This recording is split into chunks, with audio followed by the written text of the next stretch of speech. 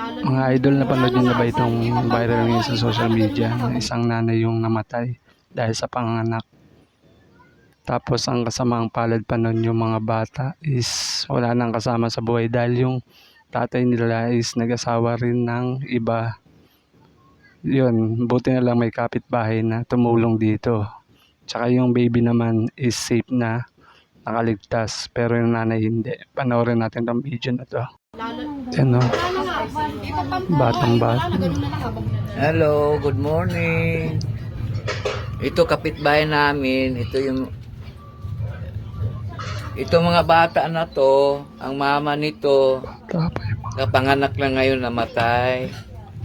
Hala, kawawa naman, maliliit pa naman yung mga bata. Awa ko sa mga bata. Ito, mga binigyan ko nag-aaral ng pagkain. Ang mama nila nasa ospital pa. Ibig sabihin, hindi pa nakuha Ang yung papa mama nyo nila saan? sa hospital. Ano? No? Nasa Davao. May asawa Nasa ng Davao iba. din daw, may asawa na rin. O ang papa daw nila nasa Kawawa naman Davao, yung mga bata. asawa na ng Maliliit iba. pa talaga yung mga yan. No? Tapos sila lang tatlo dito na iwan, pati yung Tatlo na lang maliit sila na natira, bata, tsaka yung bagong baby, no? anak. Sino Uy, pa mag-hanap buhay sa kanila? Sino kaya tutulong, no?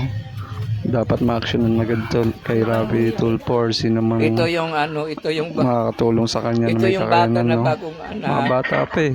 Oh, Tapos ito cute makapatid. pa naman ng baby. Ang mama nila nasa ospital Walang pa magawa yung namatay. kapitbahay nila, no? Naiiyak na rin talaga, no? Ayan.